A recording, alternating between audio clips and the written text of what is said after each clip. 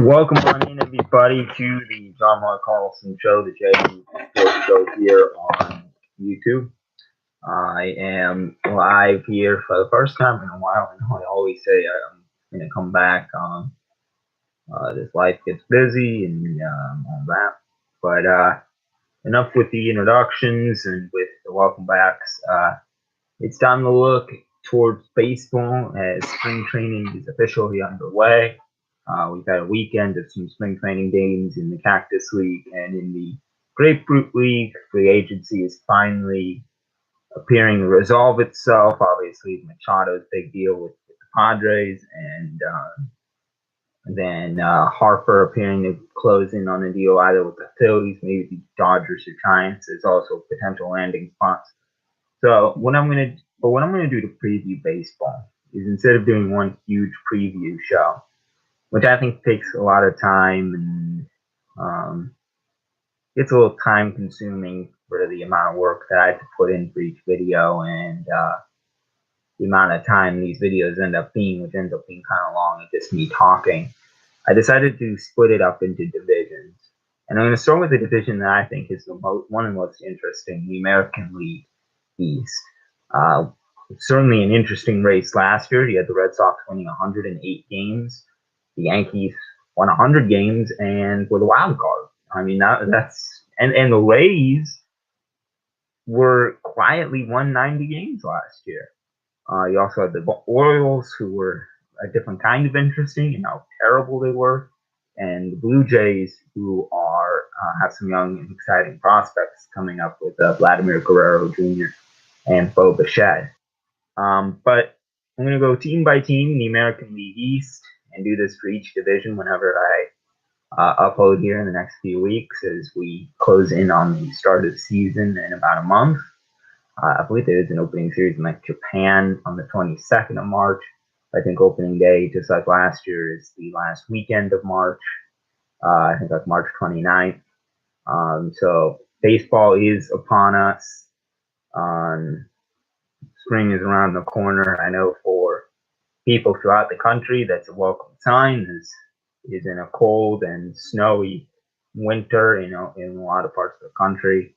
Not so much here in Jersey. It's been cold, but not a whole lot of snow. I'd say we've only got maybe 6 to maybe like 9 inches in total. Maybe we got a couple of storms that drop like 3 or 4 inches, and that's been about it. Not a huge storm yet.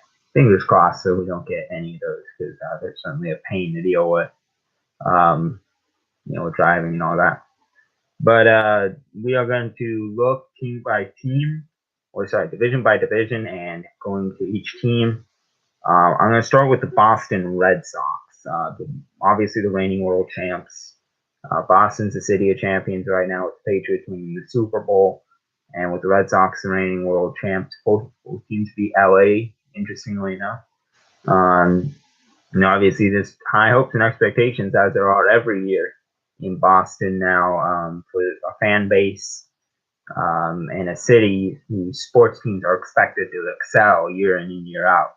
Whether it's the Celtics, the Red Sox, the Patriots, the Bruins, those teams are expected to win. Heck, even the New England Revolution soccer team won a few titles in the last 10, 15 years. So each team in that region is expected to win it all every single year. And they're expected to be better than their New York opposition, than their LA opposition. And last year they were 108 wins. They were an impressive unit last year. They had Mookie Betts, who batted like 346 and moved to the AL MVP. They had JD Martinez, who was right there at the top of the home run leaderboard. I think he was second to Chris Davis of the A's. Boston won it all. You had an unexpected hero in Steve Pearce in the playoffs. You have Chris Sale and David Price and Rick Porcello, Nathan Eovaldi, and Eduardo Rodriguez in a stacked starting rotation. You have a lineup with Benintendi, who was excellent last year, Mookie, Xander Bogaerts, uh, JD, Rafael Devers, some good depth with guys like Moreland and Pierce. Pierce obviously being the World Series MVP. Pedroia coming back. They did lose Kinsler. At this point, Kinsler's 36. He left. He signed with the Padres on a one-year deal back in, I believe it was December. But he's 36. He's really not the impact player he was on the Rangers and on the Tigers that he was earlier in his career when he was close to being that all-star caliber player and had some moments in the postseason to remember with the Texas Rangers. He's not that type of guy anymore. So Pedroia, if he comes back healthy, should be an excellent player. And I do like Pedroia a lot. In that sense of being some veteran leadership, a guy who's been there for a long time. But the health is a concern with Pedroia. Then Jackie Bradley Jr. even at the bottom of that lineup is pretty good as well. So it's a good team. They've lost also Joe Kelly, who was an excellent reliever. He went to the Dodgers on a 3-year, $25 million deal. Closer Craig Kimbrell still a free agent. So the bullpen is certainly a weakness. It was last year as well, except at the very end of the bullpen wasn't so much, but of a weakness. But the bullpen is that weakness. I would say the lineup is the strongest, if one of the strongest, if not the strongest in all Major League Baseball. If those guys, if Mookie, if JD can put up the numbers they did last year, if all those players put up the numbers, look out, the Red Sox, I think, are 100 plus winners again this year. They very easily could repeat as champs. They dominated in the postseason. They won 11-3. They won in 5 games against the Dodgers. They shut down the Dodgers all but that 18-inning game the Dodgers won in LA. That was it. So the Red Sox are an excellent team. I have them going 96 and 67. I think a bit of a step back has to be expected from 108 wins. I think the Yankees are going to be improved with the second year of Giancarlo, and that's what brings me to the Yanks. They were 162 last year, and yet they did not win. They did not win they did not win their division. They exited early in the playoffs. They were out by the divisional round. That was a disappointment if you're a Yankees fan because the year before it could be excused. In 2017, nobody expected anything out of the Yankees, and they came out of nowhere with guys like Judge and Gleyber and Didi and all those players really coming along quicker than expected in 2017. And then you had Giancarlo with that trade prior to 2018, and you're really expecting them to improve and to be a World Series contender. And they won 100 games. But the Red Sox won 108. And in the end, it came down to a few of these series where it could have been flipped to the records, I think. If you win a few more games against the Yankees or against the Red Sox. So if you're a Yankees fan, you wanted either Price or Manny. Doesn't look like you can get either. But you did bring in some good guys. You brought back Gardner and CC. CC officially announced this will be his last year. I probably expect the same out of Brett Gardner. You upgrade your starting rotation immensely by adding James Paxton, the big maple from Seattle. And they didn't really have to give up much. They gave up a top prospect in Justice Sheffield and a couple of other smaller name prospects as well. They signed Troy Tulowitzki. He's older. He's missed a lot of time in these last 2-3 seasons with injuries, but with Didi Gregorius on the shelf until at least May or June, and perhaps even later with the Tommy John surgery he underwent in December. He could be a valuable addition. DJ LeMahieu, too, at second base. He can kind of platoon there in the infield. and play a bunch of different positions. You could play that second base, shortstop. You can play that third base. Kind of be a back. Anywhere you need him, you can put him in that middle infield, that left corner. And then you have guys like Adam Ottavino, who was, I thought, one of the most excellent signings of the offseason, a reliever from Colorado who excelled last year. Now he's in, better, not pitcher's park, I would say, but a better pitcher's park than Coors Field. And you bring back Zach Britton, and you bring back J.A. Happ to continue having a great starting rotation. They traded away Sonny Gray, who had been a disappointment, and you get a couple of prospects for that to develop that farm system, which you still want to have available. And if you can get rid of somebody who's been disappointing for you and get some valuable pieces for your minor leagues and for your farm system, that's always excellent. And then David Robertson, who is kind of getting up there a bit in age.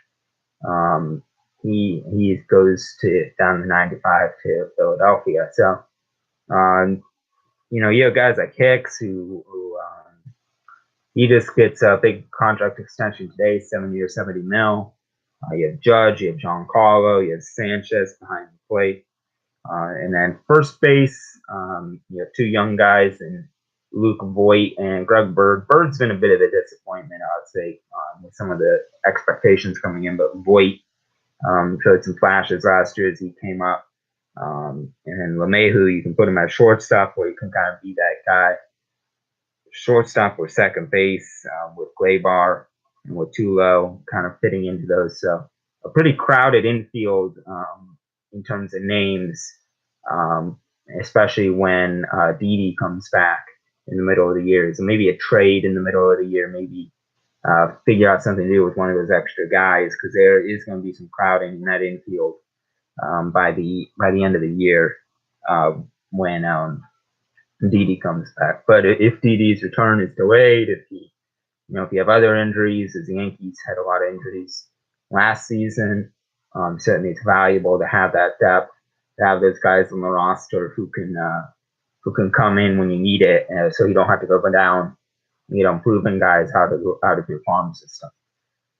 And then Brett Gardner, obviously, I think it will be his last season. And then your rotation looks excellent: Severino, Paxton, Tanaka, J.A. Happ, and then, of course, CC Sabathia and kind of the swan song of the year. I think the middle of the lineup is obviously going to be the strength of Judge and Gleyber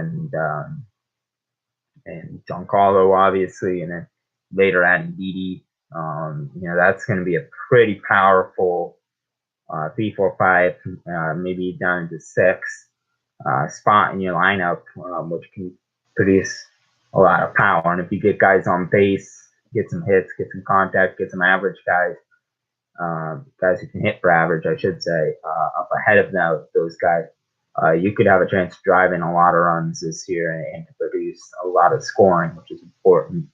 I would say health and depth are your kind of concerns in certain areas. Troy, I know you brought in some depth pieces with Tulowitzki, but he hasn't been able to stay healthy. You come in Didi injured. You have a lot of guys with injury history. Judge has had some injury issues. Giancarlo, a little bit as well. So certainly wanting to stay healthy, and that'll be the key if you want to overtake Boston this year. But I think they will. I have them going 97 and 66. Moving on down to 95. I'm kind of doing this geographically, I guess you could say. And then I'll do my projected order of finish based on my records. Baltimore Orioles. The Orioles, they were a disaster last year. 47 and 115, one of the worst records in Major League history. You trade away Manny Machado. You trade away Zach Britton. You overhaul the front office. GM Dan Duquette and manager Buck Showalter are out. They've been replaced by Mike Elias, who comes in from Houston. And then Brandon Hyde, who is serving as the Cubs bench coach under Joe Madden as your new manager. And I think even though it's such a bad team, this is kind of a place you want to be as a new manager, because you don't have that pressure to succeed right away that you have in other teams, even teams that have struggled in the past, because I don't think anyone's expecting anything out of you. So if you can get up over 50 wins, that'd be considered a win as a manager for a team that went 47 and 115. Anything seems better. So any steps in the right direction, which it seems, impossible for them to, go much further. They've hit rock bottom. The only place to go now is up. So if you're the Orioles, even a couple of wins as a new manager could give you some confidence. Maybe see about your farm system and developing that with some of the pieces that have been brought in with some of these trades, the Machado trade, the Britton trade, guys that can come in and improve your team and improve it for the future.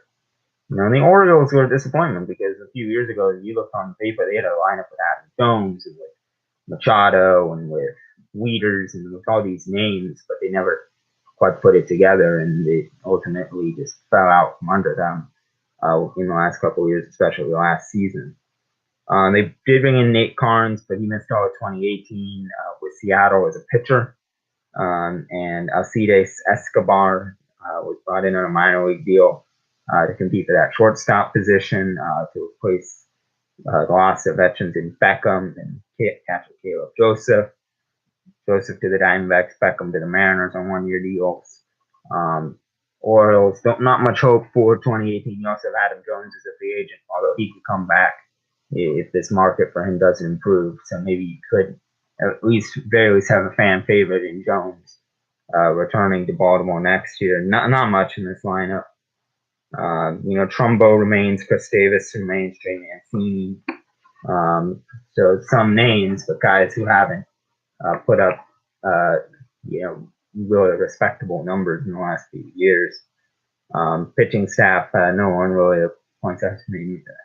Bundy, Cobb, Cashner, kind of topping out the rotation, and then, really that rotation, it could be anyone by the end of the year, considering that 3, 4, 5 spots aren't really great. So my strengths of this team, I guess, youth development this year, trying to bring up as much young guys as you can, kind of really start this rebuilding process with the prospects. But I think it's a long-term rebuild down there in Baltimore.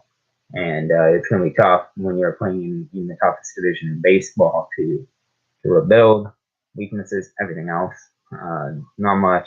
I do think they improve a bit. 57 and 105 is my projected record for the Baltimore Orioles.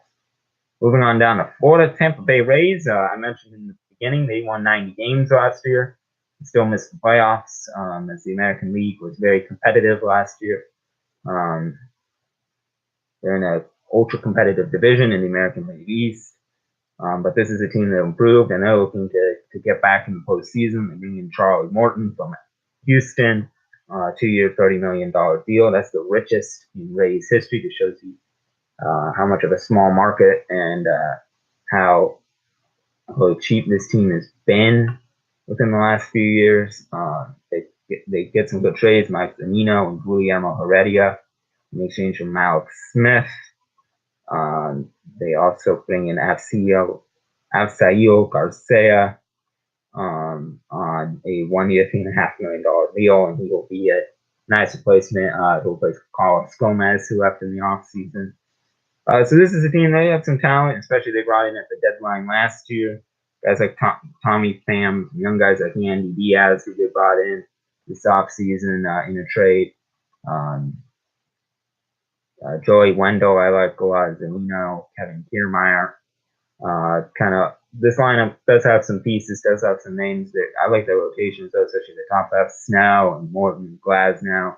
And then you kind of fit in maybe a reliever here and there, as they have that new open spot in the rotation where they put in a reliever just to give starters a little extra rest through the marathon year that you have. So I put the top of the rotation in their bullpen as their strength, and the weakness is starting rotation depth, but a lot of that is by design. So I have improving by a win to 91 and 71. Toronto, they were quiet this season, dead quiet, if you will. Only notable additions were infielder Freddie Galvis, starters Clayton Richard and Matt Shoemaker, relievers David Phelps and a minor league signing with John Axford, the top two prospects, So, and so it was talked about prospects in baseball: Vladimir Guerrero Jr. and Bo Bichette.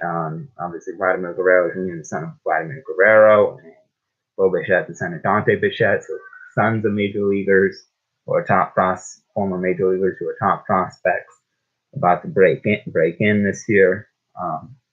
And these are part of the long-term rebuild plan that the Blue Jays have had last few years, as they kind of tore down that team that in the middle of this decade was so dominant and has faded since. Rotation is so. It's led by guys like Marcus Stroman and Aaron Sanchez, who are veterans. Those are the only names that really pop out for me. Still have guys like Justin Smoke and Kendrys Morales and Randall Grichuk and Devin Travis. Brought in Brandon Drury, as well as guys like Kevin Pillar still being there. And then outside of Stroman and Sanchez, they brought in Clayton Richard and Matt Shoemaker to kind of compete for some rotation spots. So I'd say their strengths are the prospect pool. The weakness is the rotation and pen. Really, that pitching staff I'm not really liking. I have them going 75 and 87. So projected order of finish: Yankees 1, winning the division. Red Sox 2, probably a wild card favorite. Rays 3. When I go through all my records, I'm going to see if they make that second wild card. Blue Jays 4th, and Orioles 5th. So that's my look at the American League East. Next up, I'll go National League East. As we go, American League East, National League East, Central, American League Central, National League Central, and finishing out West with the American League West, and finally the National League West. As I do these videos, these previews, a little bit shorter than my normal half-hour slow videos. I'll get done in about 20 some odd minutes, 22 looks like. Plus, make sure to follow me on Twitter at JMoney18C and subscribe to me here on YouTube, so you never miss a new video. I live stream like this every so often. Hopefully getting a little bit more back into it, and I hope to see you guys soon. Thanks for watching.